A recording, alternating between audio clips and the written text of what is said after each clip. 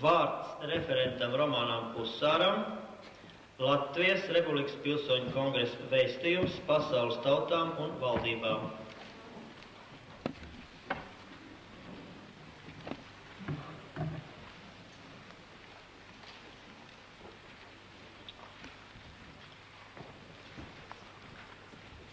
Cienījamie kongresa delegāti, cienījamie viesi.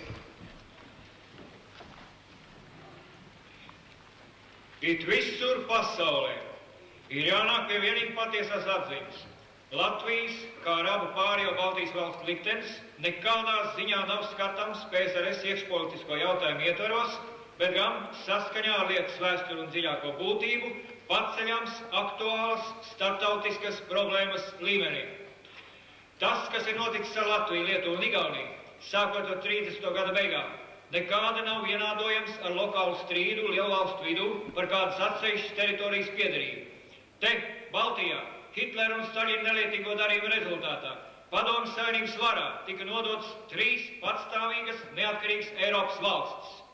Te latviešu un lietuviešu un igauņu tautas šī nozieguma rezultātā savās tēvzemēs zaudējuši reālo pašnoteikšanos un kļuvuši par brutālas, asiņainas varas upuriem. Mūsdienās pāri visai Austrumeiropai varanā vilnī ceļas demokrātisks spēks, saraudams tās vaļus, kuras pēc Otrā pasaules kara staļiniskā impērija iekal Poliju, Čehu un Slovāku valsti, Rumāniju, Ungāriju, Bulgāriju un Austrumvāciju. Nu ir pienācis laiks atbrīvoties arī Baltijas valstīm. Organizējot un virzot Latvijas un citu Baltijas valstu atjaunotni, nepieciešams pēc iespējas ātrāk veidot ciešus un noturīgus sakarus nevien ar citu valstu politiskās, ekonomiskās un kultūras dzīves vadītājiem. Ja mēs sistemātiski darīsim visu iespējamo, lai Eiropas zemiedzīvotāji visplašākās aprindas iepazītu Baltijas vēsturiskos likteņus un mūsdienas smagās problēmas, tad mēs tik tiešām varam cerēt uz pienācīgi izvērstu solidaritāti un ciešāku sadarbību ar tuviem un arī tālākiem kaimiņiem. Tāpēc jau tagad mums ir jānolīdzina ceļš sadraudzībai un kopdarbībai nevien ar Rietumvalstīm, bet arī ar Austrumeiropas un Vidus Eiropas zemēm, it sevišķi tām, kas pašas ir cietušas no PSRS ekspansīvās politikas un šodien saprot gan mūsu bēdas un raizes, gan arī ilgas un centienus. Latvijas vārdam ir jāskan pasaulē arvien tālāk, un mums jāmeklē jauni atzinēji un draugi arī tā saucamās trešās pasaules valstīs.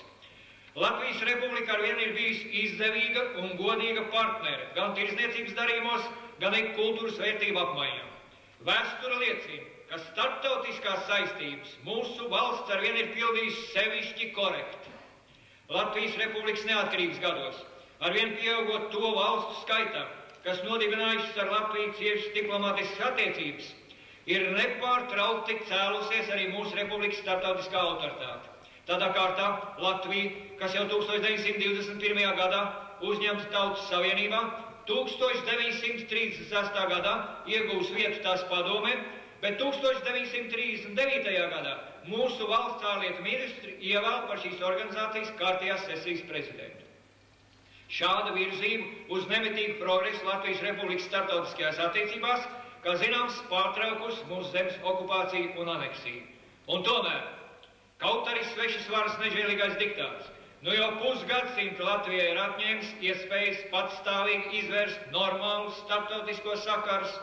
Latviešu emigrācijas pārstāvju vadītās sūtniecības Vašingtonā un Londonā joprojām pastāv, tāpat kā spēkā tiek uzturēts Latvijas republikas de jure vairāk kā 50 pasaules valstīs.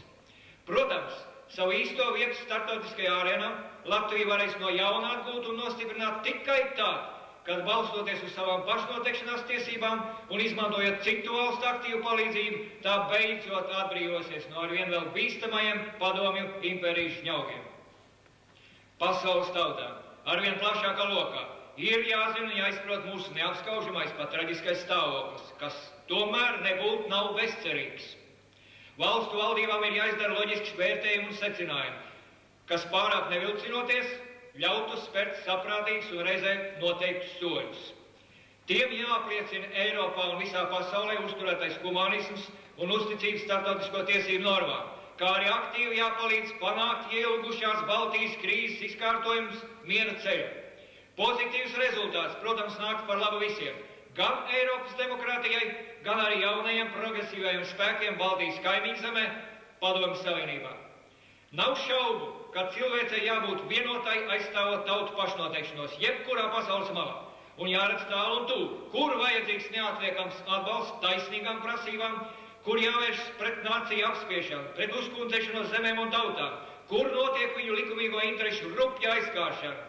Ja šo principu var ievērot, aizstāvot tādu Āfrikas valsti kā Namībija, tas ir teicām. Bet, ka tas pagaidām nekāda neizdodas attiecībā pret Baltijas jautājumu, tepat Eiropā, tas turpretim ir vairāk nekā nožēlojami. Tādas nevērības vai arī gļēvuma sekas ar laiku nāk par ļaunīt visiem. Gan tiem, kas izmisumā sauc pēc palīga, gan arī tiem, kas izvairīgi stāv malā un atturas no aktīvas pozīcijas, no saulaicīgas un drošas rīcības.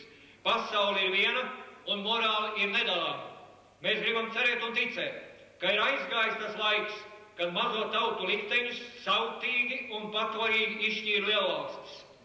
Zemiski tirgoties ar nāciju brīvību un dzīvību, vienalga kurā kontinentā tas arī nenotiktu, ir noziegums. Šādu netīru starptautisku darījumu rezultātā tiek aptraipīts lielvalstu prestižs, un tās zaudē mazo tautu uzticību. Līdz ar to tiek grauti tautas savstarpējās cieņas un sadarbības, kā arī stingra miera pamati. Latvijai atkal ir jāatgriežas Eiropas valstu pulkā kā brīvai neatkarīgai valstī. Nu beidzot ir laiks likvidēt pirms 50 gadiem Baltijas valstīs varmācīgi ieviesto svešas varas sistēmu, kas visās dzīves jomās darbojusies destruktīvi un dzin uz tautu postā un iznīcībā. Pilsoņu komitejā koleģiālā kārtā ir radies šāds projekts aicinājumam pasaules tautām un valstu valdībām. Tajā ietveras nevien atgādinājums par traģisko stāvokli, kādā Latvijas Republika atrodas kopš okupācijas sākuma 1940. gadā, bet arī īsts pārskats par tiem pasākumiem Latvijas Republikas atjaunošanā, kuru īstenošanai nepieciešama gan ārvalstu sapratne, gan arī attiecīga līdzdalība. Dokumentu teksts, projekts Latvijas Republikas Pilsoņu kongresa vēstījums pasaules tautām un valdībām. Latvijas Republikas Pilsoņu kongress ir tautas parlaments, ko alternatīvās demokrātiskās vēlēšanās pēc savas iniciatīvas un brīvas gribas ievēlējuši PSRS okupētās un anektētās Latvijas Republikas pilsoņi. Tas ir tās personas, kas bija Latvijas pilsoņi pirms padomju okupācijas un viņu tiešie pēcnācēji. Tādējādi šis kongress ir pilnvarots runāt Latvijas pamatiedzīvotāju tās likumīgo pilsoņu vārdā. Kongresā demokrātiski pārstāvēt arī tie okupācijas laikā Latvijā iebraukušie PSRS pilsoņi, kas vēlas kļūt par atjaunotās Latvijas valsts pilsoņiem. Kā tautas parlaments, kongress deklarē Latvijas tautas nelokamo gribu dzīvot savā suverenā valstī. Tiesiski atjaunojot 1918. gadā nodibinātās starptautiskā atzītās, bet kopš 1940. gada Padomju Savienības okupētās Latvijas Republikas neatkarību atbilstoši tās likumīgajai satversmei. Kongress izsaka pateicību to pasaules valstu tautām un valdībām, kuras 50 gadus ir uzturējis spēkā Latvijas Republikas starptautiski tiesisko statusu, neatzīstot tās okupācijas un aneksijas likumību. Kongress vēršas pie PSRS un citām valstīm, kā arī pie ANO un citām starptautiskajām organizācijām, ar prasību visdrīzākajā laikā atzīt, ka Latvija ir pagaidām okupēta valsts. Kongress ierosina deokupācijas laikā nodrošināt ANO novērotāju un nepieciešamības gadījumā tās drošības spēku klātbūtni Latvijā.